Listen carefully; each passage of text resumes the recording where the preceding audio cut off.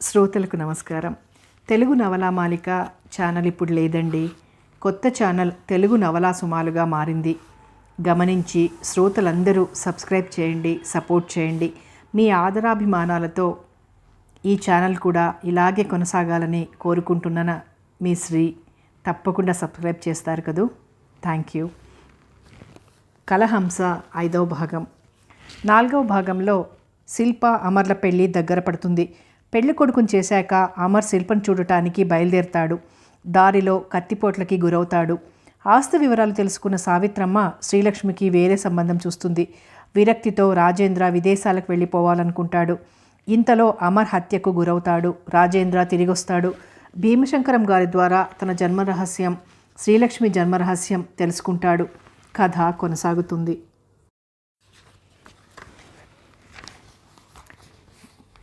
భీముడు, మీ అత్త పేరున కొన్న ఇల్లు అద్దెవాళ్ళుండి నానా హడావిడి చేశారట.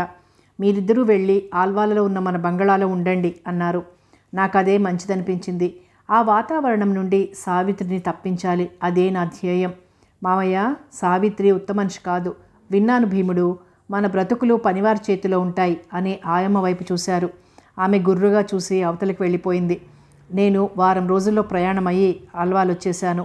అప్పుడు అదంతా అడవిలా ఉండేది. మా మేడ ఒక్కటే ఉండేది. మాకు ఇరుగు పొరుగుల బాధ లేదు. కానీ రాజా, ఆ జీవితం పగవారికి కూడా వద్దురా.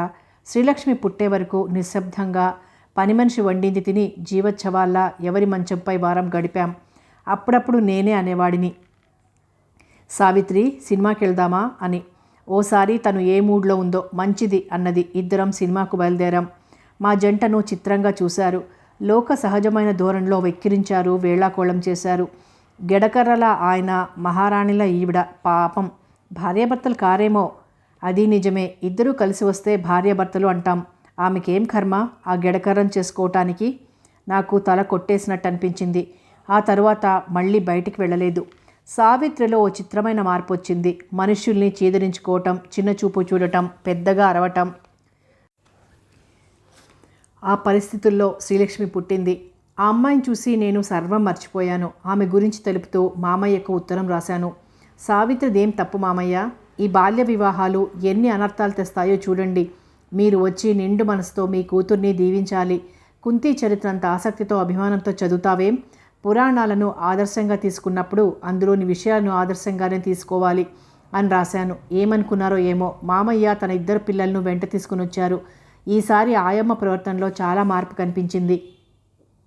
ఇదిగో భీమశంకరం, ఆమె గారు పోవటంతో పిల్లలకు పేర్లు పెట్టలేదు. వాళ్ళు అనాథలుగా ఎందుకు పెరగాలి? మీ పాపతో పాటు వాళ్ళిద్దరికీ నామకరణోత్సవం చెయ్యాలి అన్నది దర్పంగా. భీమశంకరం గారు, అల్లుడు గారు అంటూ పిలిచేది. ఏమైంది? భీముడు, నిజంరా, ఆమె ముచ్చట పడుతోంది అన్నాడు మామయ్య. ఆయన ప్రవర్తనలో, మాటలో చాలా మార్పు వచ్చింది. పులిలా అందరినీ హడల్గొట్టేవాడు. పిల్లిలా అందరి మాటలకి తలూపుతున్నాడు. ఇంకో మార్పు గమనించాను. ఊళ్ళో ఉండగా మామయ్య కొడుకి జరిగే హంగులన్నీ ఆయమ్మ కొడుకి జరుగుతున్నాయి. అసలు వాడు ఆయమ్మ చేత అదిలింపులు విధింపులు పడుతూ అమ్మా అంటూ వెంట తిరుగుతున్నాడు. మామయ్య, అదేమిటి? అతను ఒడిలో కూర్చున్న అమర్ను చూసి అడిగాను. వాడు నా కొడుకేగా భీముడు అన్నాడు. సావిత్రి ఇవేం పట్టించుకోవటం లేదు. ఆమెకు తన కూతురు తోడిదే లోకమైంది. మూర్తిని చంపిన తండ్రిని క్షమించలేకపోయింది. ముగ్గురు నామకరణోత్సవం ఘనంగా జరిగింది. పాపకు శ్రీలక్ష్మి అని మామయ్య పెట్టారు. అమరేంద్ర, రాజేంద్ర అని కొడుకులకు పేరు పెట్టారు. 10 మందిలోనే ఆయమ్మ ఈసడించింది. ధర్మరాజు గారి అనుంగుపుత్రుడు, వంశానికి వారసుడు అయిన కుర్రాడి పేరు ఆయా కొడుకు పేరుతో పోలిక.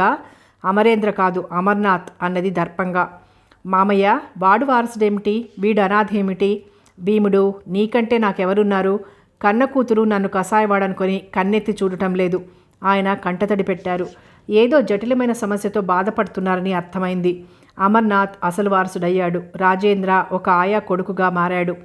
ఈ మార్పు గమనించే స్థితిలో లేదు సావిత్రి. నేను ఈ విషయం అడగాలని మామయ్యను కదిలిస్తాననుకుంటే 24 గంటలు ఆయమ్మ ఆయనకు కాపలా ఉన్నట్టుండేది. వాళ్ళు ఊరు పెడుతూనే ఓ ఉత్తరం రాశారు. పిల్లల చదువు కోసం సిటీకి వస్తున్నామని. ఇదిగో, మీ ఊళ్ళో ఇల్లు లేదు, మనం కొన్నాళ్ళు అక్కడికి వెళ్దాం అన్నది సావిత్రి. మామయ్య ఏమనుకుంటారు అన్నాను. మనం మన కోసం బ్రతుకుదాం అన్నది తీక్షణంగా. నాకు పనేం లేదుగా, మా ఊరు వెళ్ళి ఇల్లు బాగు చేయించాను. మామయ్యకు ఉత్తరం రాసి మేం ఊరు వెళ్ళిపోయాం. ఆయన కూడా మా గురించి బలవంత పెట్టలేదు. అప్పుడప్పుడు వెళ్ళి మామయ్యను చూసొచ్చేవాడిని. ఆయన ఆరోగ్యం దెబ్బతిన్నది. పనులు చూసుకోలేకపోతున్నారు. ఏ కాస్త సమయం దొరికినా నన్ను ఒడిలోకి తీసుకుని కన్నీరు కార్చేవారు. ఏమోయ్ బావా, మా ఊరొస్తావా? అక్కడ చిన్న పాపాయి ఉంది అన్నాను ఓసారి నీతో. ఆయమ్మ ఆదిశక్తిలా లేచింది. దాసి కొడుక్కి అంత గౌరవం అంటగట్టకండి అల్లుడు గారు. ఒరేయ్ రాజా, ఆయనతో ఏం కబుర్లురా అని కసిరింది. నేను కబుర్లు వేసుకోలేదమ్మా, వారే పిలిచారు. ఆయమ్మ వెంట వెళ్తున్న రాజాను అసహాయంగా చూశాను. రాను రాను రాజాను నీచంగా చూడటం మొదలుపెట్టింది ఆయమ్మ. అమర్ విడిచిన బట్టలు తొడగటం, అమర్ కూర్చుంటే రాజా చేత పనులు చేయించడం, ఇవన్నీ మామయ్య ఎలా సహిస్తున్నారు? నాకు అక్కడ ఒక్క నిమిషం ఉండబుద్ధి కాలేదు. ఓ అర్ధరాత్రి మెలకువ వస్తే మామయ్యతో మాట్లాడదామని గదిలోకి వెళ్ళబోయి ఆగిపోయాను. దోమతెరలో పందిరి మంచంలో ఆయమ్మ అమర్తో పాటు మామయ్య పడుకున్నారు. గది ముందు హాల్లో ఉన్న మంచంపై పసివాడు రాజా నిద్రపోతున్నాడు. నాకు కోపం వచ్చింది. అత్తయ్య, ఆమె నవ్వు, ఆమె అందరినీ చూసే విధానం మరోసారి గుర్తుకొచ్చింది. పాపం, అలాంటి ఉత్తమరాలి కొడుక్క ఈ పరిస్థితి. కిందికొచ్చాను. మర్నాడు ప్రయాణమయ్యాను. తాను చెడిపోయి పక్కవారిని చెడగొట్టేవారికి భక్తి మెండు. ఆయమ్మ పిల్లల్ని తీసుకుని గుడికి వెళ్ళిందట. మామయ్య ఒక్కరే ఉన్నారు. మంచి అవకాశం. ఆయన దగ్గరికి వెళ్ళాను. మామయ్య, రాజాను నేను తీసుకువెడతాను అన్నాను. భీముడు, మనిషి అనుకోకుండా సాలెగూడులో చిక్కుకుపోతాడ్రా. నేను మూర్తిని చంపిన విషయం, మూర్తితో సావిత్రికి ఉన్న సంబంధం పేపర్కి ఎక్కుతుంది. నేను ఉరికంబం ఎక్కుతాను. నీకు సమ్మతమేనా? ఆయన మాటలకి నా దగ్గర జవాబు లేదు. ఆయమ్మ బ్లాక్మెయిల్ చేస్తుందన్నమాట. నాకు ఆ సమస్యకు పరిష్కారం చెప్పగల సత్తా కానీ తెలివితేటలు కానీ లేవు. విచారించకు భీముడు, రాత్రింబవళ్ళు ఆలోచిస్తున్నాను. త్వరలోనే ఓ పరిష్కారం ఆలోచిస్తాను అన్నారాయన. ఏం చేయలేక వచ్చాను మా ఊరు. సావిత్రి, మీ నాన్న అక్కడ విషయాలు చెప్పబోయాను. ఆమె విసురుగా లేచింది. మా నాన్నకేం? పరువు ప్రతిష్టలున్నంతకాలం ఆయన మహారాజులా బ్రతుకుతాడు. మీరు నిశ్చింతగా ఉండండి అన్నది. ఆమెకు తెలివితేటలున్నా కోపంలో వాటిని ఉపయోగించుకోవటానికి అంగీకరించడం లేదు. ఏం చెయ్యాలో అర్థం కాలేదు. ఆల్వాల్ ఏరియాలో మంచి బడి లేదని, బడి ప్రారంభిస్తే దానికి ఆర్థిక సహాయం చేస్తానని కొందరు మిత్రులతో కలిసి ప్రారంభించారు. పిల్లలు బడులకు వెళ్తున్నారు. సిటీలో ఎవరికీ తెలియదు కాబట్టి రాజా ఆయా కొడుకు అమర్ అసలు వారసుడనే చలామణి అవుతున్నారు. అంత విచారంలోనూ ఒక్క విషయం సంతోషం కలిగించేది. ఆ ఇద్దరు పిల్లలు అంటే నువ్వు అమర్ అపూర్వ సహోదరుల్లా కలిసి ఉండేవారు. ఒకరంటే ఒకరికి ప్రాణం. అమర్ కోసం ఆయమ్మ రాజాను చూడక తప్పలేదు. మామయ్య ఆరోగ్యం దెబ్బతిన్నది. అప్పుడు నేను సావిత్రి రాక తప్పలేదు. అప్పటికే ఆయమ్మ వెళ్ళిపోయింది. మామయ్య స్నేహితుడు ఖాన్తో వెళ్ళిపోయిందని అందరూ గుసగుసగా చెప్పుకున్నారు. మామయ్య, ఇది నిజమేనా అని అడిగాను. భీముడు, భర్త తనను ఆక్షేపిస్తున్నాడని, అతని మరణం కోరిన స్త్రీ నా దగ్గర ఎలా ఉంటుంది అన్నాడు. మరి ఆ కుర్రాడిని ఇక్కడ వదిలిందేం? మన పరువు ప్రతిష్టలు ఉండాలంటే ఏ మార్పు లేక వారలాగే పెరగాలి అన్నాడు. అర్థమైపోయింది. ఆయమ్మ వెడుతూ వెడుతూ ఆయన మెడకు తాడు తగిలించి వెళ్ళిందని, ఏమాత్రం కదిలినా ఉరి బిగుసుకుంటుందని తెలుసు. మామయ్య కృంగిపోయారు. ఆయమ్మ మొదట భర్త శ్రీరాములు అలాగే కుమిలిపోయాడట. వీళ్ళందరూ నవ్య కళాక్షేత్రంలో నాటకాలు ఆడేవారు. అదే క్షేత్రం నుండి గిరిజమ్మను తెచ్చాడట మరో షావుకారు. శిల్ప పుట్టగానే ఆయన చనిపోయాడు. శ్రీరాములు గిరిజమ్మ అన్న, అందుకే ఆమెకు ఇష్టం లేకపోయినా ఆశ్రయం ఇచ్చింది నీకు. భీమశంకరం గారు, మీరు ఉత్త అమాయకులు అనుకున్నాను. ఇంత లోతుగుండె కలవారా? ఒక్కసారైనా నాకు జరిగే అన్యాయాన్ని ఎదిరించాలని అనిపించలేదా? కాస్త నిష్ఠూరంగా, మరి కాస్త విస్మయంగా అన్నాడు రాజా. రాజా, నన్ను క్షమించు. మామయ్యకి మాటిచ్చాను నీకు అన్యాయం జరగనివ్వనని. అమర్ కాస్త పెద్దవాడు కావాలని, నిజం చెప్పాలని. మై గాడ్, అందుకేనా ఆయమ్మ అమర్కు ఉత్తరాలు రాసేది?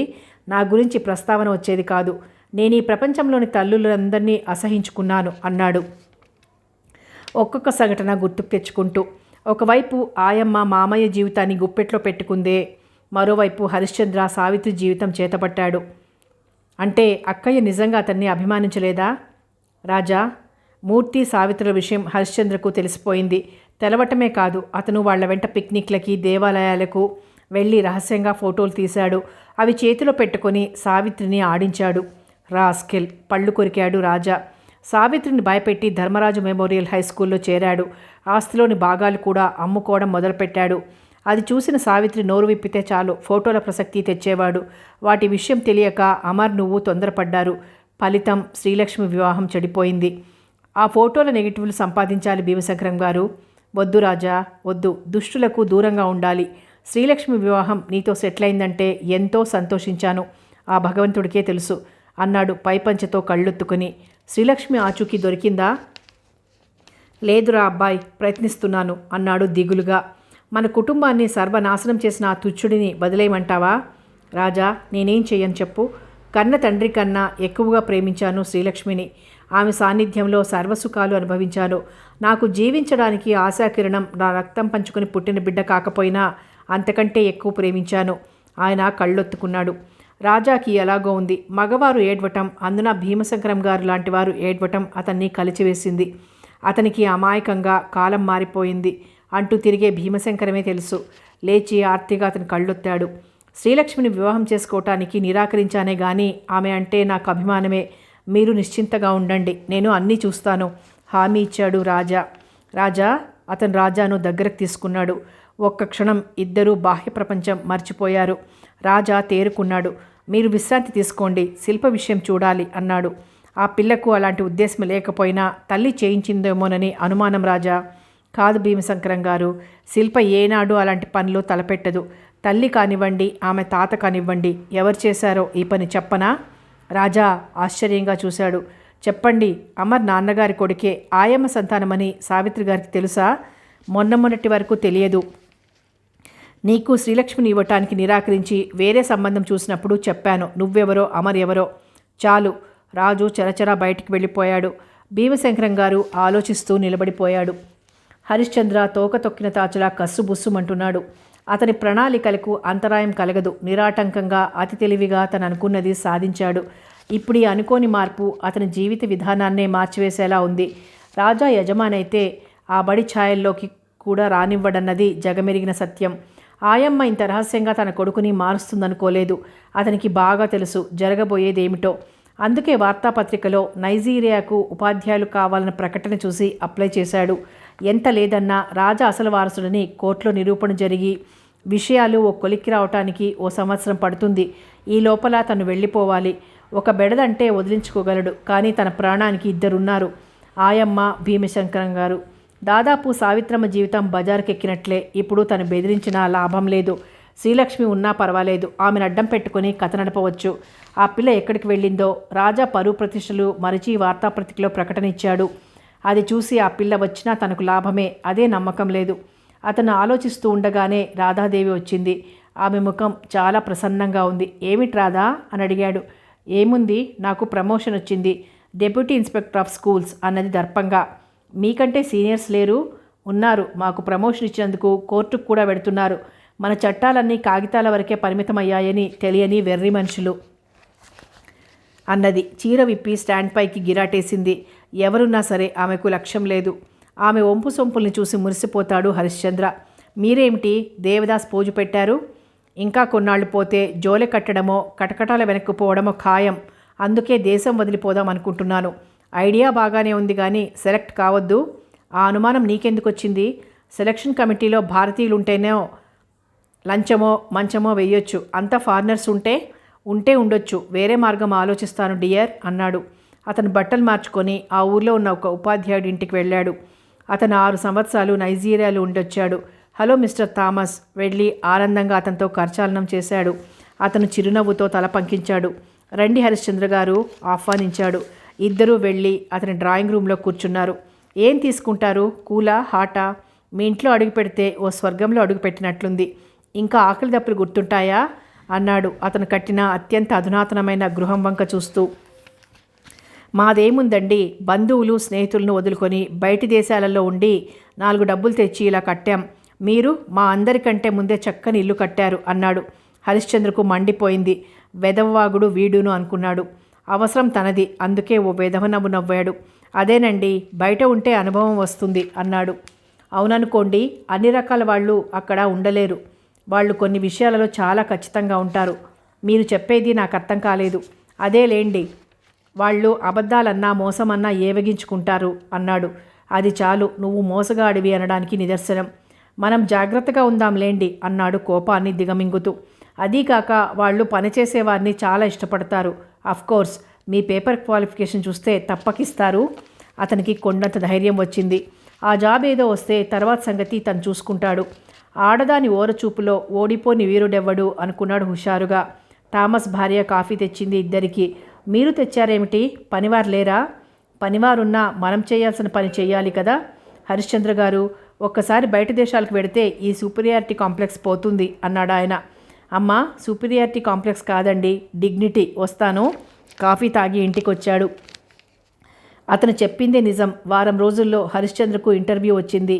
అతని పేపర్ క్వాలిఫికేషన్స్ వారిని ఎంతో ఆకర్షించాయట. బాంబేలో ఇంటర్వ్యూ. అతని ఎదుటి వారిని ఆకర్షించే గుణం కూడా ఉంది. దీక్షగా గమనిస్తే గానీ అతని అంతరంగం అర్థం కాదు. సెలక్షన్ జరిగిపోయింది. ఒక్క విషయంలో పట్టుబడిపోయాడు. ఫారిన్ కంట్రీస్, ముఖ్యంగా అభివృద్ధి చెందుతున్న దేశాలు 50 ఏళ్లు దాటితే ఉద్యోగ కాంట్రాక్ట్ రిసీవ్ చేయటం లేదు.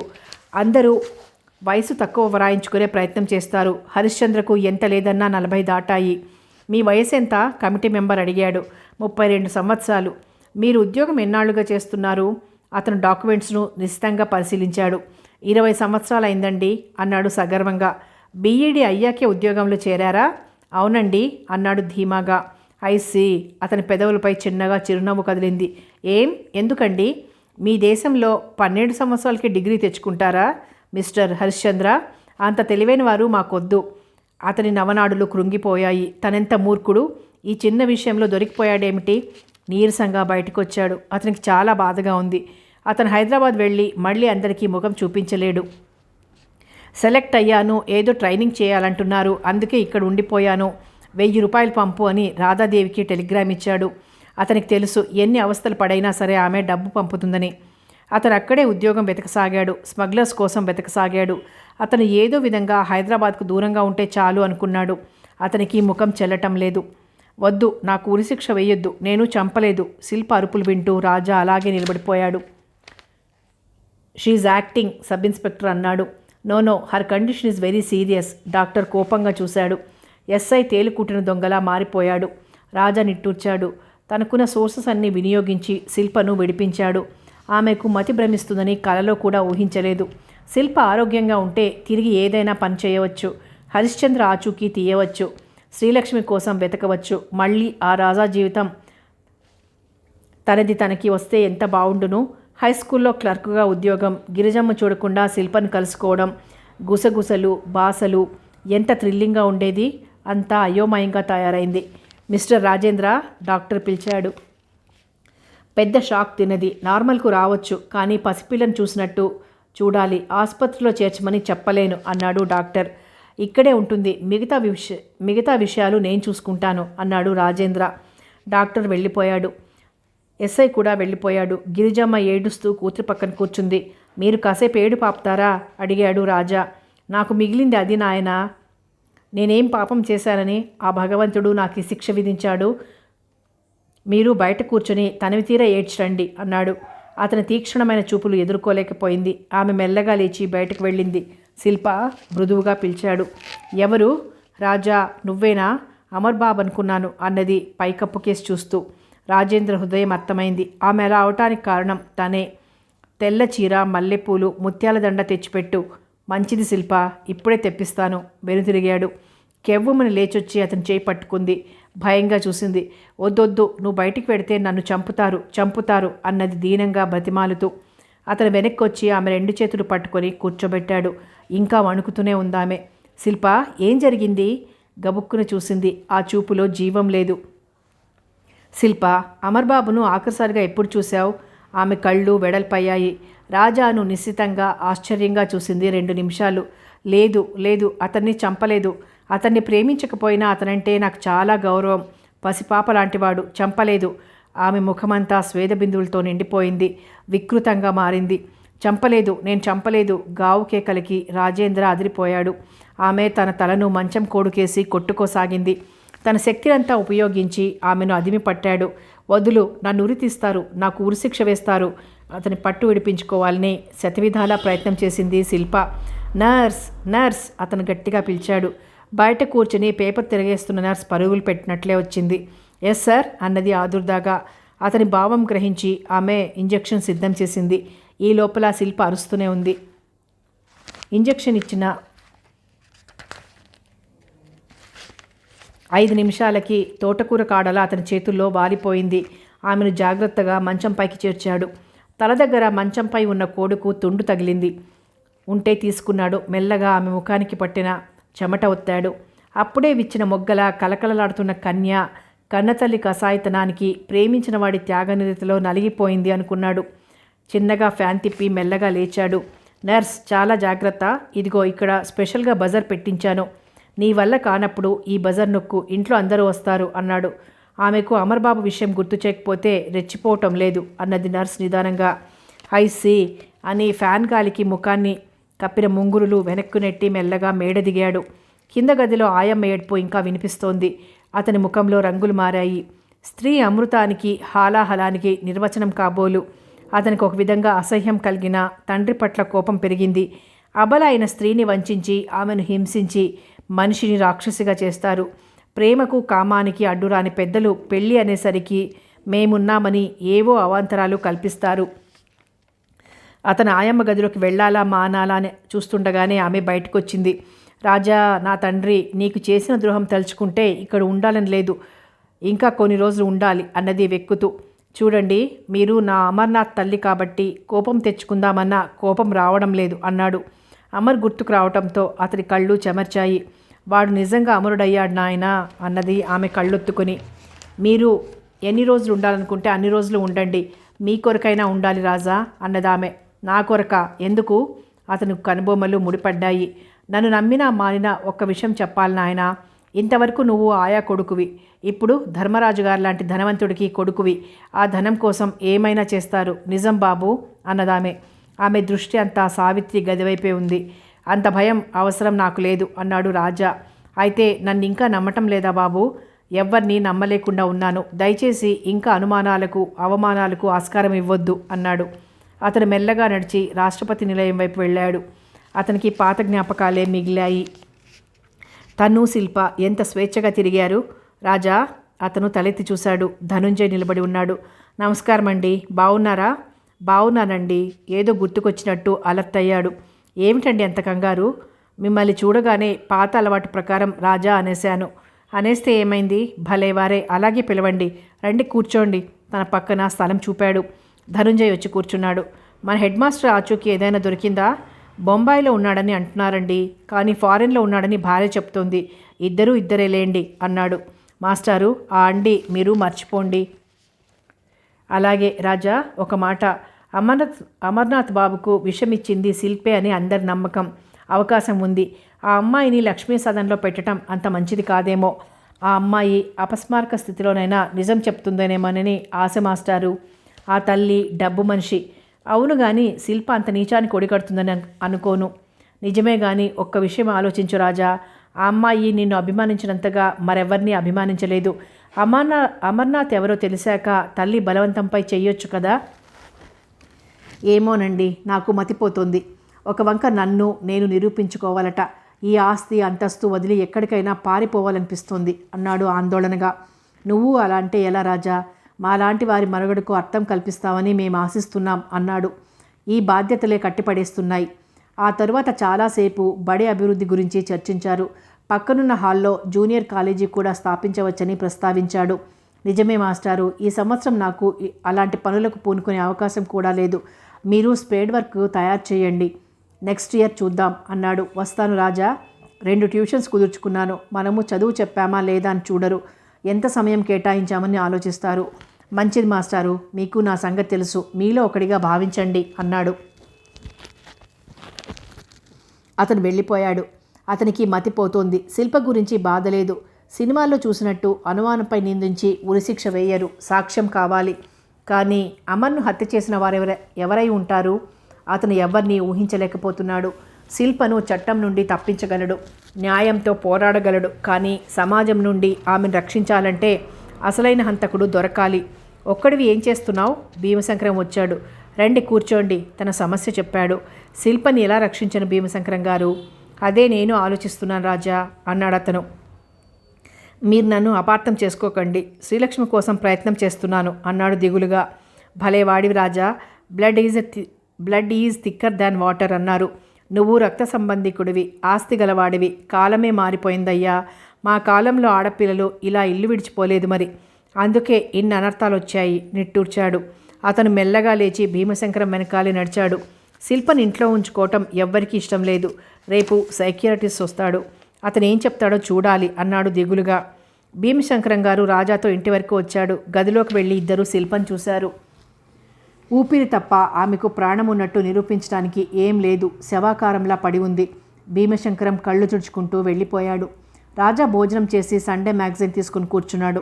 ఫోన్ ఎత్తి హలో అన్నాడు. అవతలి వారు చెప్పిన విషయాలు వినగానే సంతోషంతో అతనికి మతిపోయింది. భీమశంకరం గారు లేరయ్యా, భోజనం చేసి బయటికి వెళ్ళారు అన్నాడు గంగు. ఓ, అతను 4 మెట్లు ఒకేసారి దిగాడు. సావిత్రమ్మ గారు ఆమె గది ముందు నిల్చొని పిలిచాడు. జవాబు రాలేదు, కానీ గాజుల శబ్దం వినిపించింది. శ్రీలక్ష్మి మద్రాసులో ఉందట, నేను రేపు ఉదయం వెళ్ళి తీసుకొస్తాను అన్నాడు. జవాబుగా ఏడుపు వినిపించింది. అతను క్షణం తటపటాయించి పరదా తొలగించుకొని లోపలికి వెళ్ళాడు. అతనికి సావిత్రమ్మపై ఉన్న కినుక, దురభిప్రాయం పటాపంచలైంది. మహారాణిలా టీవీగా దర్పంగా ఉండే ఆమె అస్థిపంజరంలా తయారైంది. ఆమెను ఆమె అనుకోరు ఎవ్వరు. పాతకాలం పందిని మంచంపై కూర్చున్నదల్లా లేచింది. కూర్చోండి, ఏమీ లేదు. శ్రీలక్ష్మి మద్రాసులో ఉందన్న వార్త అందింది. అక్కడో క్లబ్ డాన్సర్గా ఉందట. నా తల్లి లక్ష్మి బ్రతికే ఉందా? ఎంత చల్లని వార్త చెప్పావు. ఆమె తూలిపోయింది. రాజా వెళ్ళి ఆమెను పట్టుకున్నాడు. అతని భుజంపై తలవాల్చిందామె. ఆమె కన్నీటితో అతని భుజం తడిసిపోయింది. రాజా, రాజా, ఒక్కసారి రా, అక్క అని పిలువు. ఆమె స్పృహ తప్పుతోందని తెలిసిపోయింది. అక్కయ్య, అతని హృదయం చీల్చుకొని వచ్చింది ఆ పిలుపు. ఆమె అతని పిలుపు వినలేదు. అతను పనివాడిని పిలిచి డాక్టర్ దగ్గరికి పంపాడు. తమ జీవితాలు ఎందుకిలా శాపగ్రస్తులా తయారయ్యాయి? ఒక్కనాడు శాంతి సుఖం లేదా? ఆమెను మంచంపై పడుకోబెట్టాడు. సమాజం పరిణామిక దశలో ఉంది. ఒకప్పుడంటే నిశ్చింత అన్నారు, కానీ నేడంటే లేనిపోని బెడదలు, పేచీలు. విలువలు మారాయి. మనిషికి కావలసిన దానికంటే ఎక్కువ ఉంటే పేచీలు, గొడవలు. డాక్టర్ వచ్చాడు. ఆమెను పరీక్షగా చూశాడు. ఈ మధ్యకాలంలో చాలా చిక్కిపోయిందే అని పరీక్షించి ఇంజెక్షన్ ఇచ్చాడు. ఏమైనా తిన్నదా? ఆహా, ఆమె కొద్దిగా షాక్ తిన్నది. 10 నిమిషాల్లో కోలుకుంటుంది అన్నాడు. ఆమె మాట్లాడే వరకు అక్కడే ఉండి అవసరమైతే పిలవమని వెళ్ళిపోయాడు. రాజా, రాజా, నిజంగా నా తల్లి బ్రతికే ఉందా? మీరు లేవకండి, రేపు ఉదయం ఫ్లైట్లో వెళ్తాను అన్నాడు ఆమె భుజాలు పట్టి వెనక్కి పడుకోబెడుతూ. నాకేం లేదు రాజా, నా తల్లి బ్రతికి ఉంది, అదే చాలు. దానికోసమే జీవోత్సవంలా బ్రతుకు ఈడుస్తున్నాను. కలగా కరిగిపోయిన నా మధుర స్మృతికి చిహ్నం అన్నదామె ముత్యాల సరం తెగిపడినట్టు రాలే అశ్రువులను తుడుచుకుంటూ. మీరు అప్సెట్ అవ్వొద్దు అన్నాడు మందలింపుగా. చూడు రాజా, వీధి ఎంత చిత్రమైందో. ఏ నాట్యాన్ని ఏవగించుకుని నాట్యం చేసేవారిని నీచంగా చూశానో అదే నాట్యం చేసి నా కూతురు పొట్ట పోసుకుంటుంది. నిజమే, ఇప్పుడు మీరు ప్రశాంతంగా ఉండాలి. చెప్పనివ్వు రాజా. వెనకటి జన్మ మరుజన్మ అంటూ ఉండేవి. ఓ జన్మలో చేసిన పాపాలు మరో జన్మలో వెంటపడి వేధించేవి, కానీ ఇప్పుడు వెంటనే ఫలితమిస్తుంది అన్నది. ఆమె అంత మాట్లాడగలదని ఎరగని రాజా గంభీరమూర్తి 1-2 మాటలే మాట్లాడేది. నేను వెళ్ళిపోతాను, మీరు మాట్లాడుకోండి. కోపంగా లేచాడు. వద్దు రాజా, వద్దు. అతను చేయి పట్టుకుంది. రాజా, తనవారంటూ ఒకరుండాలి మనిషికి. నీ సమక్షంలో నా మనసు తేలిపోతుందయ్యా. నేనేమైనా నీ కోడల్ని నిరాదరించవు, ఆ నమ్మకం చాలు అరమోడుపు కన్నులతో అన్నది. అక్క, ఈ మాత తీసుకో. తీసిచ్చాడు. రాజా అతని చేయి చెంపకు, ఆ తర్వాత తన పెదవులకు ఆనించుకుంది. ఆమెకు మాటలు కరువయ్యాయి. అక్క అన్న పిలుపు అమృతమలా అనిపించింది. మాత్ర పనిచేసిందేమో. హాయిగా నిద్రపోయిందామె. రాజాకు సన్నగా దిగులు ప్రారంభమైంది. ఇద్దరూ మెంటల్ పేషెంట్స్ అయితే ఎలా? అలా కాకూడదు. వెంటనే 4 బట్టలు సూట్ కేసులో సర్దుకున్నాడు. ఆ వాతావరణమంతా ఉత్సాహానికి మారుపేరనట్టుంది. పాశ్చాత్య సంగీతంలో ఓ విధమైన హుషారు కనిపిస్తోంది. మందంగా వెలిగే బల్బులు ప్రేక్షకుల ముఖాలు అస్పష్టంగా కనిపింపచేస్తున్నాయి. ఏదో ఇంగ్లీష్ ట్యూన్ పెట్టారు. ఉత్సాహానికి మారుపేరనట్లు ఉన్న హోటల్ హెవెన్కు వచ్చే వాళ్ళంతా మనసుల నిండా చీకటి, తనువుల నిండా నీరసం నింపుకొని వచ్చేవారే. ఒకరికి డబ్బుంది కానీ మనశ్శాంతి లేదు, మరొకరికి అన్నీ ఉన్నాయి కానీ చేయటానికి పనే లేదు. అందుకే సాయంత్రం కాగానే క్లబ్బులు వెంటపడతారు. మరో పురుషుడికి భార్య ఉంది కానీ సామరస్యం లేదు. ఇంకో సోదరుడికి ఇల్లంటే పిల్లి ఖర్చినంత భయం, పిల్లలంటే అసహ్యం. అందుకే దినమంతా ఆఫీస్లో అర్ధరాత్రి వరకు క్లబ్బుల్లో గడిపి పిల్లలు నిద్రపోయాక ఇల్లు చేరి వాళ్ళు లేవక మునిపే ఆఫీస్కి చేరతాడు. ఇంకో మామకి వ్యాపారం కోసం తనకు లాభసాటి వ్యాపారం అనుకున్నప్పుడు తన పార్ట్నర్స్ని తీసుకొని వస్తాడు. హోటల్ హెవెన్స్లో మధువుకు కొరత లేదు, మనోల్లాసానికి కొరత లేదు. రాత్రి 2 నుండి తెల్లవారే వరకు విశ్రాంతిగా ఉంటుందేమో, అలా అని వ్యభిచారం జరుగుతుందని అనుకోవటం పొరపాటు. ఇక్కడ అంగ ప్రదర్శన మాత్రమే, అనుభవించడానికి కాదు. ఒక రకమైన మైకంలోకి జనాన్ని తోస్తారు. Ladies and gentlemen, good evening. మీరంతా ఇప్పుడు లక్కీ అంటే అదృష్టం. ఆమె పేరే అదృష్టం. ఆమెను చూసిన మీరు మేము అదృష్టవంతులం. అంగవిన్యాసం చూస్తారు, ఆనందిస్తారు. మీ ఆనందమే మాకు ముఖ్యం. ఆంగ్లంలో అనౌన్స్ చేసి 2 చేతులు చాపి అభివాదం చేస్తూ వెనక్కు తప్పుకున్నాడు. టంగుమని తప్పెటలా మోగింది. వేదిక మీద దీపాలు ఆరిపోయాయి. ఒకే ఒక్క బల్బ్ ఫోకస్ చేశారు. సన్ని దోమతెరలాంటి ముసుగులో అమ్మాయి ఆకారం. స్పాట్లైట్స్ పడుతున్నాయి. మెల్లగా వయ్యారంగా చేతులు కాళ్ళు ఊపుతూ ముందుకు వెనక్కు స్టెప్స్ వేసి పైనున్న తెరను తీసి పారేసింది. మ్యూజిక్ ఒక్కసారి ప్రాణం పుంజుకున్నది. అందరి కళ్ళు ఆ అందాల బొమ్మపై కేంద్రీకృతమైపోయాయి. షేక్, ట్విస్ట్ లాంటివి కొన్ని విన్యాసాలు చూపుతూ ఆమె వేసుకువచ్చిన ఆచ్ఛాదనలు ఒక్కొక్కటే గిరాటేస్తోంది. అజంతా శిల్పంలో ఉన్న ఆ అమ్మాయి ఒంటిని అంటిపెట్టుకుని ఓ చిన్న బ్రా, అందమైన డ్రాయర్ మిగిలాయి. ఆమె శరీరంలోని వంపులు సొంపులు చూసి అందరూ స్తబ్దుగా ఉండిపోయారు. వాయిద్యాలకు అనుగుణంగా ఆమె శరీరం వంగిపోతోంది. గంధం చెక్కలాంటి ఆమె ఒళ్ళు, సన్నని నడుము, శంఖంలాంటి మేడ చూసి అందరూ ముగ్ధులైపోయారు. ఆమె అంగ విన్యాసం రకరకాల లైట్ల కాంతిలో మతిపోగొడుతోంది. మరోసారి వాయిద్యం 2 సార్లు మోగి ఆగిపోయింది. స్పాట్లైట్లన్నీ ఒకేసారి శ్రీలక్ష్మిపై పడ్డాయి. ఆమె అందరికీ ఓ చిరునవ్వు విసిరి వెళ్ళిపోయింది. లక్కీకి తన గదికి వస్తుంటే ఓ గండం గడిచిందేమో అనిపించింది. ఆ రోజు అదృష్టం బాగుంది. అల్లరి చిల్లరి మూక రాలేదు. కొన్నిసార్లు ఆ ఆగంతకుల కేరింతలు, వెక్కిరింతలు, వెర్రితలలు వేసినప్పుడు చాలా బాధాకరంగా ఉంటుంది. రోజు ఒక షో ఇచ్చి బయటికి వచ్చేసరికి ప్రాణం పోయినంత పనవుతోంది. మిస్ లక్కీ, మీకోసం ఎవరో మేనేజర్ గారి గదిలో కూర్చున్నారు. ఆ హోటల్లో పనిచేసే గుమాస్తా వచ్చి చెప్పాడు. మిస్టర్ కమలాకర్, సారీ, నాకు ఇప్పుడు ఓపిక లేదు. తను సినిమాలో నాట్యం చేయమంటారు, అందుకేగా అన్నది. రోజు ఎవరో ఒకరు ఆమెను ప్రత్యేకంగా కలుసుకోవాలని చూస్తారు. సినిమాలో హీరోయిన్గా వేస్తావా, డాన్సర్ అవుతావా అని రకరకాలుగా పరీక్షలు చేసి వెళ్ళిపోతారు. మేనేజర్ గారు వెంట ఉండి తీసుకురమ్మన్నారండి అన్నాడు. ఆమె తప్పదనుకొని భుజాలపై ఉన్న హీస్కోట్ తొడుక్కొని మేనేజర్ గదిలోకి వచ్చింది. హలో మిస్ లక్కీ, కమాన్. అతను కుర్చీ చూపాడు. కూర్చోబోతూ పక్కనున్న వ్యక్తిని చూసి అద్దరిపడింది. మీట్ మిస్టర్ రాజేంద్ర, హైదరాబాద్లో పెద్ద జమీందారు. ఆమె అప్రయత్నంగా చేతులు జోడించింది. శ్రీలక్ష్మి, నేనెవరో గుర్తుకు రావడం లేదా? రాజా గొంతు గంభీరంగా వినిపించింది. రాజా అస్పష్టంగా పలికి పరుగు పెట్టినట్టే బయటికి వెళ్ళింది. రాజా 1 నిమిషం ఆలస్యం చేస్తే 5 అంతస్తుల పైనుండి కిందికి దూకేదే. అతను ఊహించినట్టే మెరుపులా వచ్చి పట్టుకున్నాడు. పిచ్చి పిచ్చి వేషాలు వేశావంటే 4 తన్ని తీసుకువెళ్తాను అన్నాడు. ఆమె అసహాయంగా చూసి అతని హృదయంపై తలవాల్చింది. ఆమె కంటినీరు అతని ఎదలోని మంటలను చల్లారుస్తున్నట్లు చొక్కాను తడిపాయి. లక్ష్మి, ఎందుకు ఇంత పనిచేశావు? నీకు తెలుసు అన్నది. అంతలో అక్కడికి వచ్చిన యువకుడు శ్రీలక్ష్మిని రాజా కౌగిల్లో చూసి మండిపడ్డాడు. యూ స్కౌండ్రల్, రాస్కెల్, చెయ్యెత్తాడు. రాజా ఒడుపుగా ఆ చేతిని పట్టుకుని ఆపాడు. మిస్టర్, నీ పేరేమిటో తెలియదు. శ్రీలక్ష్మి నా నీస్, అర్థమైందా? నా మేనకోడలు. ఆమెను కిడ్నాప్ చేశావని కేసు పెడతాను, జాగ్రత్త అన్నాడు హెచ్చరికగా. వాదోపవాదాలు జరిగాక పోలీసులను పిలిపిస్తానంటే అతను పారిపోయాడు. హోటల్ యజమానులకు ధన్యవాదాలు అర్పించి తనున్న హోటల్కి తీసుకుని వచ్చాడు శ్రీలక్ష్మిని. దారిలో గదికి వెళ్ళి తన సామాన్లు తెచ్చుకుంది. ఆమె దగ్గర ఒక్క చీర కూడా లేదు, అన్ని గౌన్లే. నేవీ బ్లూ పువ్వులున్న గుడ్డకు తెల్ల కాలున్న ఫ్రాక్ వేసుకుంది. అమ్మ నాన్న కులాసాగా ఉన్నారా రాజా? ఇప్పుడు మీ అమ్మగారు కూడా మీ నాన్నగారు సైజుకు వచ్చింది. రాజా, అవును లక్ష్మి, మన జీవితాలు పెద్ద డిటెక్టివ్ నవలలా తయారయ్యాయి. జరిగిన సంగతులన్నీ చెప్పాడు. ఓ మై గాడ్, అంత నిజమేనా? నేను అది ఆశ్చర్యపోతున్నాను లక్ష్మి. నమ్మలేని నిజాలు బయటపడుతుంటే నా మతి పోతోంది అన్నాడు. శిల్ప ఎలా ఉంది? మత్తులో ఉంచుతున్నాం ఎప్పుడు అన్నాడు. రాజా బట్టలు మార్చుకుని భోజనానికి ఆర్డర్ చేశాడు. ఇంత లేట్ అవర్స్లో సర్వ్ చేయడం కష్టమయ్య గారు, మీరు ముందే చెప్తే రూమ్లో పెట్టేవాడిని అన్నాడు బేరర్. సరే, ఒక పంచేయి, బయట పళ్ళు దొరుకుతాయేమో చూడు అన్నాడు 10 రూపాయల నోటు బల్ల మీద పెడుతూ. అతను వెళ్ళిపోయాడు. ఇప్పుడు చెప్పు లక్ష్మి, ఏం జరిగింది?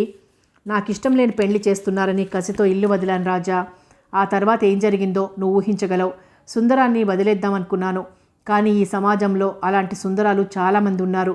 అవకాశం దొరికితే కాటు వేస్తారు అన్నది గతంలోని కొన్ని చేదుగట్టాలు గుర్తు చేసుకుంటూ. ఈ సుందరం ఎవరు లక్ష్మి? ఒక నిరుద్యోగి రాజా. సినిమాల్లో వేషాలు వేయాలని కుతూహలమున్న, డబ్బు పెట్టుబడి లేక ఆడపిల్లలను పెట్టుబడిగా పెట్టే ఓ నిరుద్యోగి. ఇదే హోటల్లో ఒకసారి ఒక వ్యాపారస్తుడు నన్ను బలవంతం చేస్తే మేనేజర్ వచ్చి సంగతి సందర్భం తెలుసుకుని నా బాడీ షేప్ బాగుంటుంది కాబట్టి ఇక్కడ డ్యాన్స్ చేయమన్నాడు అన్నది నిట్టూరుస్తూ.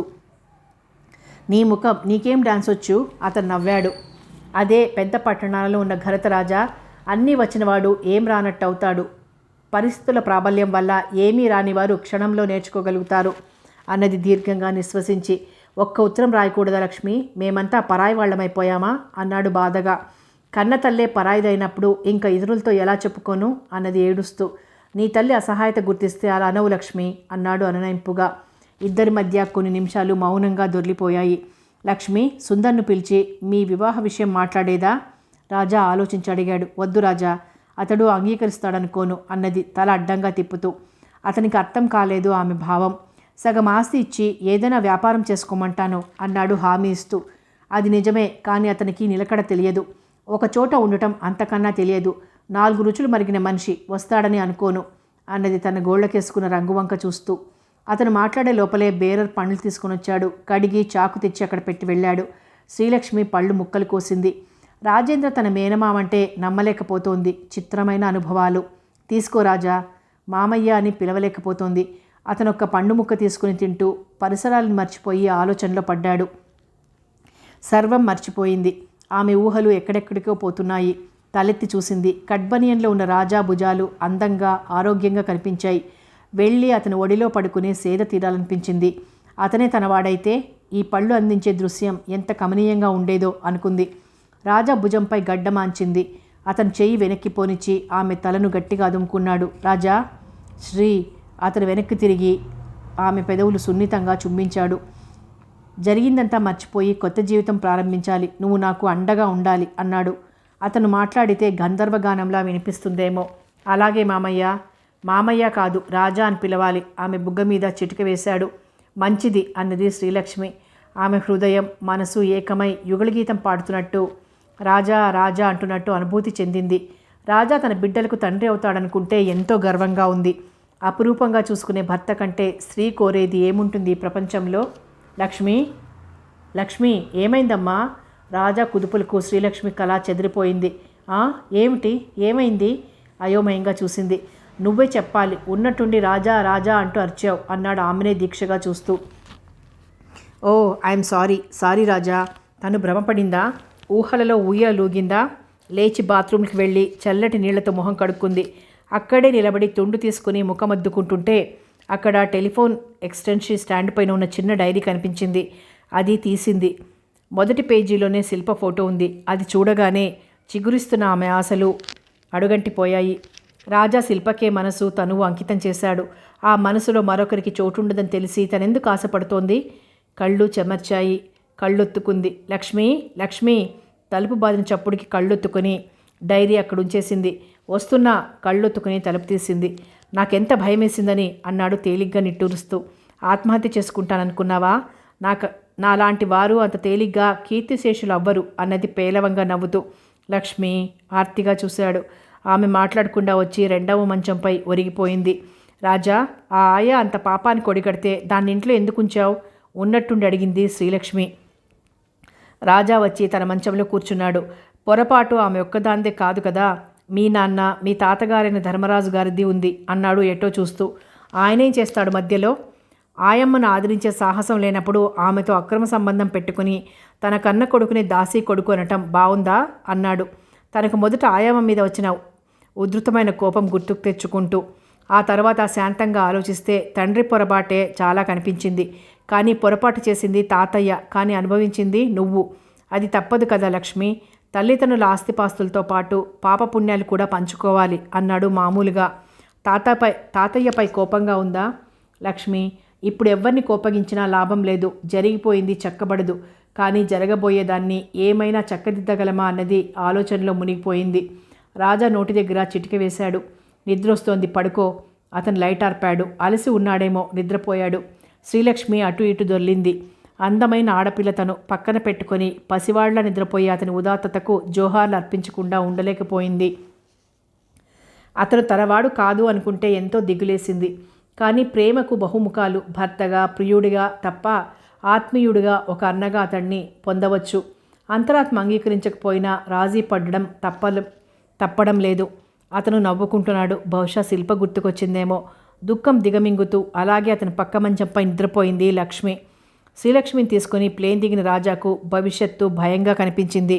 శిల్ప కోలుకుంటే హత్యా నేరం నెత్తిన వేసుకోవాలి. ఏం చేస్తే తను శిల్పను రక్షించగలడు? వచ్చి బిజినెస్ లాంజ్లో తన సూట్ కేసు కోసం చూస్తూ కూర్చున్నాడు. శ్రీలక్ష్మి కూడా నేవీ బ్లూ జీన్స్ వేసుకుంది. తెల్లని జాకెట్లు. అసలు తను రోజు చూస్తున్న శ్రీలక్ష్మేనా అనిపించింది. అతను కాసేపు శ్రీలక్ష్మి గురించి, కాసేపు శిల్పన్ గురించి ఆలోచిస్తున్నాడు. రాజా దాదాపు అర్చినట్లే పరిగెత్తుకొచ్చింది శ్రీలక్ష్మి. ఏమిటి లక్ష్మి, ఏం జరిగింది? ఉలిక్కి పడ్డట్టు అడిగాడు. ఇదిగో రాజా, ఈరోజు వార్తాపత్రిక చూడు. కొన్ని నెలల క్రితం విషప్రయోగం వలన హత్య గావింపబడిన అమర్నాథ్ గారి హత్య కేసులో అతనికి దగ్గరగా మసులుతున్న అతని కాబోయే భార్య కుమార్ శిల్పను అరెస్ట్ చేశారు. ఆవిడ మానసికంగా దెబ్బతినటం మూలంగా ఆమెను బెయిల్పై విడుదల చేశారు. ఆమెకు అతన్ని హత్య చేసే ఆస్కారం ఉన్నదని భావించారు. కానీ నిన్న ఈ కేసు కొత్త మలుపు తిరిగింది. అమర్నాథ్ గారి బావమర్ది శ్రీ భీమశంకరం గారు తానే ఆ విషప్రయోగం చేశానని కోర్టు వారి ముందు అంగీకరించారు. తను హత్య చేయడానికి గల కారణాలు కూడా వివరించారాయన.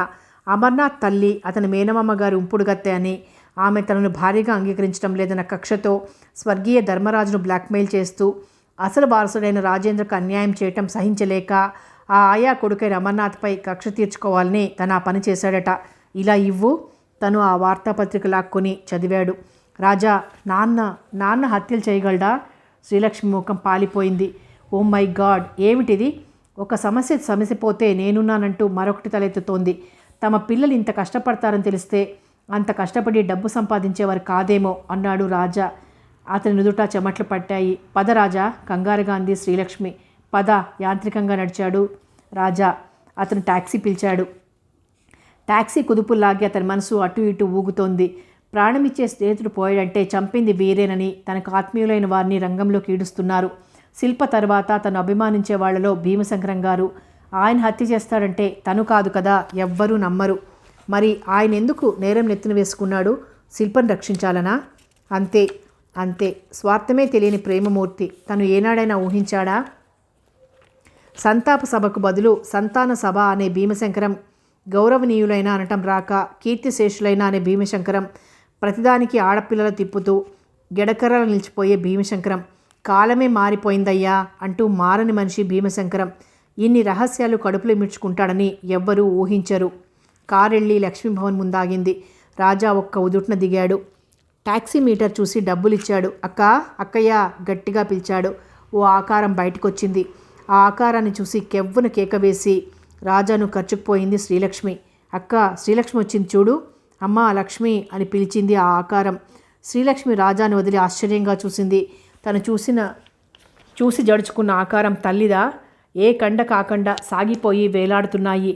నిగనిగలాడే నల్లని జుట్టు జనపనారలా కనిపించింది. తళతళ్లాడే కలవరేకుల్లాంటి కళ్ళు కాంతివిహీనమై కళ్ళ కింద నల్లని చారలు ఏర్పడి అసహ్యంగా తయారైంది. ఎప్పుడూ నలగని దుస్తులలో గంభీరంగా టీవీగా ఉండే ఆమె ముఖం కమిలిపోయింది. బట్టలు నలిగిపోయాయి. రంగు వెలిసిపోయినట్టుంది. శ్రీలక్ష్మి ఒక్కంగలో వెళ్ళి తల్లి కౌగిట్లో వాలిపోయింది. సావిత్రమ్మ గాజు కళ్ళు కాంతిని పుంజుకున్నాయి. ఆవేశంగా కూతుర్ని హృదయానికి హత్తుకుని కన్నీటితో ఆమె తలను అభిషేకించింది. ఆమెకు ఆ క్షణంలో ప్రాణం పోయినా పర్వాలేదనిపించింది. అలాగే నిలబడిపోయిన తల్లి కూతుళ్ళను చూస్తూ కాసేపు తను నోట మాట రానట్టు ఉండిపోయాడు రాజా. అక్కయ్య, భీమశంకరం గారు అని అడగబోయాడు. సావిత్రమ్మ భరించలేని బాధ ఏదో అనుభవిస్తున్నట్టు ముఖం పెట్టి కూతుర్ని తీసుకుని లోపలికి వెళ్ళిపోయింది.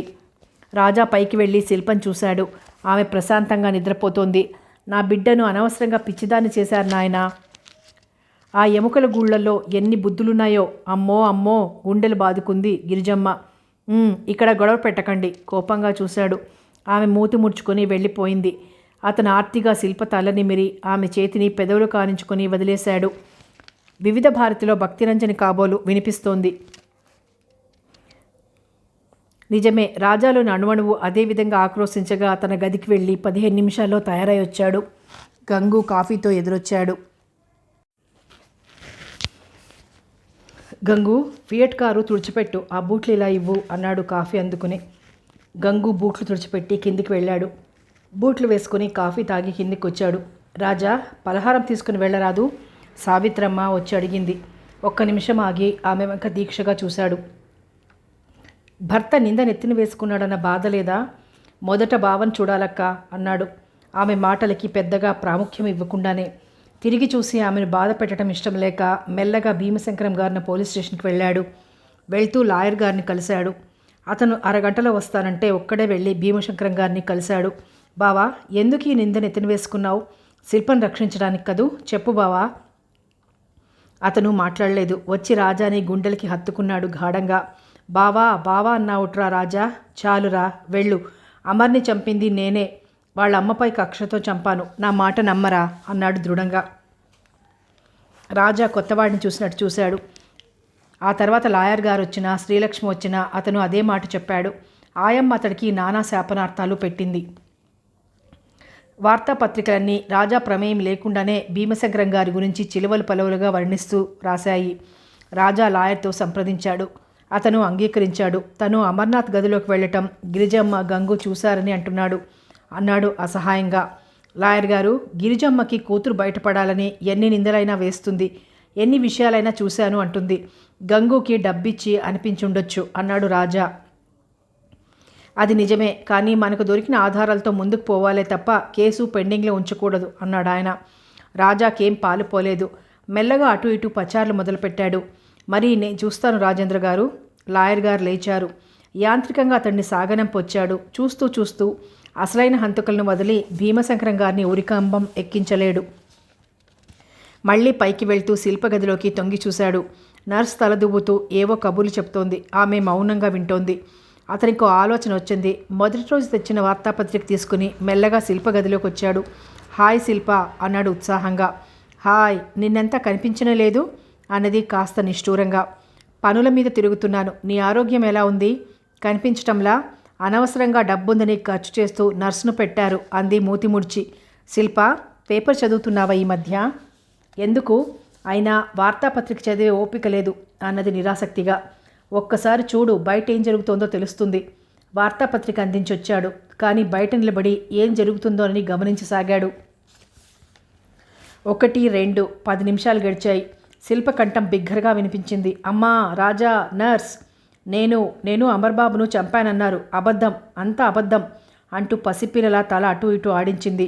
రాజేంద్ర చప్పున వెళ్ళి శిల్ప తలను గట్టిగా హృదయానికి హత్తుకున్నాడు. చూడు శిల్ప, వార్తాపత్రిక జాగ్రత్తగా చదువు అన్నాడు. వద్దు, ఆ అబద్ధపు వార్తలు చదువుతుంటే నా మతి పోతోంది అన్నది వణికిపోతూ. చూడు శిల్ప, నిన్ను కాదు, ఆస్తి కోసం చంపానని నన్నంటున్నారు. నువ్వు కాస్త ధైర్యం తెచ్చుకొని నాకు చేయూతనివ్వాలి అన్నాడు. నేనెప్పుడూ నీకు సహాయం చేయాలి అని, నీతో ఉండాలని అనుకున్నాను. కానీ నువ్వే అంది నిష్ఠూరంగా. అదంతా గతం శిల్ప, వాస్తవంలోకి రా. ఆ వార్తాపత్రిక పూర్తిగా చదువు అన్నాడు. ఆమె అతనికి దూరంగా జరిగి వార్తాపత్రిక తీసుకుంది. అది చదువుతుంటే ఆమె ముఖంలో రంగులు మారాయి. రాజా, ఈ విషయం అబద్ధం. భీమశంకరం గారు అసలు చీమనైనా చంపగలరా? అదే నాకు ఆశ్చర్యంగా ఉంది శిల్ప. అతను ఎవరినైనా షీల్డ్ చేయటం లేదు కదా అన్నాడు. రాజా, నాపై నీకు అనుమానం లేదు కదా అన్నది కళ్ళు రెపరెపలాడిస్తూ. శిల్ప జాలిగా ఆమె తలనిమిరాడు. నిన్ను అనుమానిస్తే నన్ను నేను అనుమానించుకున్నట్టు కాదా? ఆమె ముఖం సంతోషంగా వెలిగిపోయింది. అవును శిల్ప, నాపై ఏమాత్రం గౌరవం ఉన్నా నువ్వు సావధానంగా ఆలోచించు. అప్సెట్ అవ్వకు, ఆవేశపడకు. లేదు రాజా, హత్యా నేరం ఎంత భయంకరమైందో నువ్వు ఎరుగుదువు. ఏ జన్మ పాపమో ఆ నేరం మన ఇద్దరి తలపై పడింది. ఆ నేరం నుంచి బయటపడటం ఎంత అదృష్టం అన్నది, తలపై నుండి పెద్ద బరువు దిగిపోయినట్టు అనుభూతి పొందుతూ. అదే, ఇప్పుడు ఆ హత్యా నేరం మరొకరు మోస్తున్నారు. నువ్వు ఆ రోజు జరిగిన సంఘటన నాకు చెప్తే నాకు తేలికవుతుంది అన్నాడు. అలాగే అన్నది కన్నీరొత్తుకుంటూ. అదే, ఆ ఆవేశం వద్దు. ఇలాంటప్పుడే నిబ్బరంగా ఉండాలి. నువ్వు స్నానం చేసి భోజనం చేయి, నేను లాయర్ దగ్గరికి వెళ్ళొస్తాను అన్నాడు. అలాగే అన్నది లేచి. అతను తన గదిలోకి వచ్చాడు. శిల్పను పూర్తిగా ఈ లోకంలోకి తీసుకురావాలంటే, పూర్వపు మనిషిని చేయాలంటే తను చాలా కృషి చేయాలి. ఆమెలో చైతన్యం కలగాలంటే నాట్యం చేయాలి. ఈ స్థితిలో నాట్యం నేర్చుకోమంటే వింటుందా? ఆమె దృష్టి మళ్లించి మామూలు మనిషిని చేస్తే గానీ నిజం బయటపడదు. వెంటనే అతను శిల్ప గురువుగారి దగ్గరికి వెళ్ళి ఆయన శిష్యుల్ని తీసుకొని వచ్చారు ఇంటికి. అతనంతగా నైపుణ్యం కలిగినవాడు కాదు.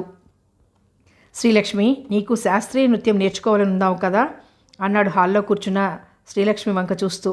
నాకు బ్రతకాలని లేదు మామయ్య. నేను చెప్పేదంతా మర్చిపోయావా? వెళ్ళి ఆమె భుజం తట్టాడు. సరే, నీ ఇష్ట ప్రకారమే కానీ అన్నది. లేచి వచ్చి నాట్యాచార్యులకి నమస్కరించి, ఈరోజే ప్రారంభించాలా రాజేంద్రబాబు? అతను అడిగాడు. ఆలస్యం దేనికి అని అతను హాల్లో నాట్యాభ్యాసం చేయమన్నాడు. శ్రీలక్ష్మి నమస్కరించింది. ముందు కర్ర పెట్టుకుని కోలలు పట్టుకుని కూర్చున్నాడు నాట్యాచార్యులు. గురువుగారు, నేను చెప్పింది గుర్తుందిగా అన్నాడు. అయ్యా అన్నాడు ఆయన. వాళ్ళు మాట్లాడుకునేది ఒక్క ముక్క కూడా అర్థం కాలేదు శ్రీలక్ష్మికి. అతను శ్రీలక్ష్మికి సూచనలు ఇచ్చి తాళం వేశాడు. అతని సూచనల మేరకు అడుగులు వేస్తోంది శ్రీలక్ష్మి. రాజేంద్ర వార్తాపత్రిక చేతిలో పట్టుకుని శిల్పగది వంకే చూస్తున్నాడు. 15 నిమిషాలు గడిచాయి. అతని కళ్ళు మిలమిలలాడాయి. శిల్ప విసురుగా వచ్చింది. మీరా శంకరాచారి గారు అన్నది. అవును శిల్పమ్మ, ఇప్పుడు గురువుగారికి ఒంట్లో బాగుండటం లేదు. ఇంటికి వచ్చేవారికి ఆయన చెప్తున్నారు, ఇలా బయటికి వెళ్ళాలంటే నేను వెళ్తున్నాను అన్నాడు సంతోషంగా. వెళ్ళండి, పర్వాలేదు అని ఆ తర్వాత మాట మింగేసింది రాజావంక చూసి. ఏమిటి శిల్ప? ఏం లేదు, లోపలికి వెళ్ళింది. అతను కానివ్వమన్నట్టు శంకరాచారికి సైగ చేశాడు. మళ్ళీ పాఠం ప్రారంభమైంది. ఈసారి శిల్ప వచ్చి విసురుగా తలుపు వేసింది. రాజేంద్ర నవ్వుకున్నాడు. మెల్లగా తలుపు తట్టాడు. నర్సు తలుపు తీసింది. చెవుల్లో వేళ్లు పెట్టుకుని కూర్చుంది శిల్ప. సారీ శిల్ప, నీ ఆరోగ్యం బాగాలేదన్న సంగతే మర్చిపోయాను. రేపటి నుండి మేడ మీద హాల్లో పాఠాలు చెప్తాడు. పాఠాలు ఇక్కడ చెప్తున్నాడని కాదు, అతనికి నాట్యం అంతంత మాత్రమే వచ్చు. అవేం అపశృతులు, తప్పు తాళం వేస్తాడు అన్నది విసుగ్గా చెవుల్లోని చేతులు తీసి. అదా సంగతి? రాజేంద్ర నవ్వేశాడు. ఒక్క మాట నాతో ఎందుకు చెప్పలేదు? ఇప్పుడేమైంది? నువ్వే వచ్చి శ్రీలక్ష్మికి డ్యాన్స్ నేర్పుదువు గాని రా అన్నాడు. అమ్మో, మీ సావిత్రమ్మ భయంగా చూసింది. ఆమె ఏమనదు, రా శిల్ప అన్నాడు చాలా మృదువుగా బ్రతిమాలే ధోరణితో. శిల్ప లేచి తన వెంట్రుకలను వేలుముడి వేసుకుంది. రాజా, మా అమ్మ ఎక్కడా? ఎవరో బంధువులు ఉన్నారని వెళ్ళింది అన్నాడు. రాజా, ఒక్కసారి ఇదివరకు మా పొలాలు అవే చూచే శేషావతారాన్ని పిలుస్తావా? అలాగే శిల్ప అన్నాడు బయటికి నడుస్తూ. పరాయి ఇంట్లో ఇంకా ఎన్నాళ్ళుండను? శేషావతారం వస్తే మా ఇల్లు బాగు చేయించమంటాను అన్నది. అలాగే అన్నాడు. ఆమె మాటలకి వ్యతిరేకత చూపటం అతనికి బొత్తిగా ఇష్టం లేదు. ఆమె వచ్చి శంకరాచార్యని లేపి ఆ స్థలంలో తను నిలబడి చూపుతుంటే విల్లులా వంగుతున్న ఆమె శరీరాన్ని చూస్తూ అలాగే నిలబడిపోయాడు. కథ కొనసాగుతుంది.